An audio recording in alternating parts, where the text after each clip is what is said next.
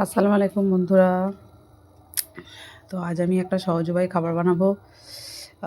কারণ আমার কাছে টাইম ছিল না, আমার শরীরটাও বিশেষ ভালো ছিল না।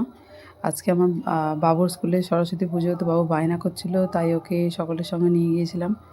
তো সকালবেলা তাড়াতাড়ি উঠে সমস্ত কাজকর্ম সেরে তাড়াতাড়ি রান্নাবান্না করে নিয়েছিলাম। সেরকম কিছু রান্না করিনি, আজকে চিংড়ি মাছ ছিল বাড়িতে, তো বেগুন দিয়ে রান্না করেছিলাম। আমার শাশুড়ি মা বাড়িতে একাই ছিল খাবে বলে, রান্না করে দিয়ে চলে গিয়েছিলাম। দুপুরবেলা আজকে আমি বাড়িতে ভাত খাইনি, কারণ আজকে আমি ওখান থেকে স্কুল থেকে মায়ের বাড়ি গিয়েছিলাম, ওখানেই লাঞ্চ করেছিলাম। তো দেখো আজকে আমি সন্ধ্যায় এসে শুধু ভাত বসিয়েছিলাম, তরকারি একটু ছিল।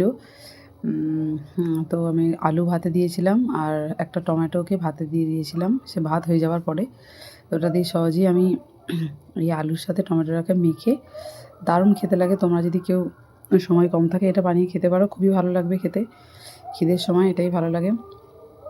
তো আমার ভালোও লাগছিল না সেভাবে কোনো তরকারি করতে, সবজি থাকলেও সেরকম মাছ মাংস ছিল না, তাই রান্নাই করিনি।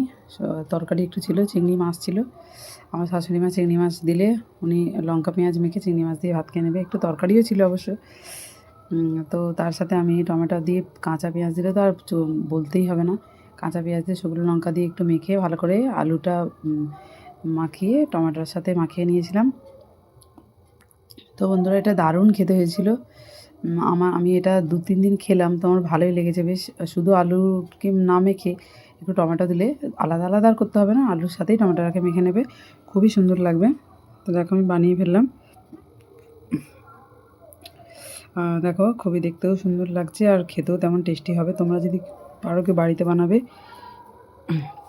আমি একা খাওয়ার মতোই করলাম, কারণ আমার বাবু এটা খাবে না। সে দুপুরে খাওয়ার পর বিকালবেলা অনেক কিছু মুখ খরচে খেয়েছে, তাই তার পেট ভার, সে ঘুমিয়ে পড়েছে। তো আজ আমি এটাই বানিয়েছিলাম রাতের খাবারের জন্য আমার। এটা দিয়ে আমার খাওয়া হয়ে যাবে, খুবই সুন্দর টেস্টি লাগবে খেতে। এই যে দেখো, দেখলেই লোভ লাগবে। তো তোমরা বানাবে এরকম, খুব সহজ উপায়। আলুর সঙ্গে ভাতে দিয়ে টমেটো একটা দিয়ে দেবে, দিয়ে বানিয়ে নেবে। তো চলো এবার খাওয়া শুরু করি। তো গুড নাইট। আজকে এটা দিয়েই খাওয়া সারতে হবে। আমি বিশেষ রুটি পরোটা খাই না, আমি ভাতেই বেশি ভালোবাসি। তো দেখো তরকারিও একটু ছিল, বেগুন চিংড়ি মাছ, তো সেটাও নিয়েছি সাথে।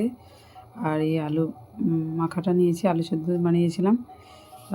তো ভালোই লাগলো আমাকে খেতে।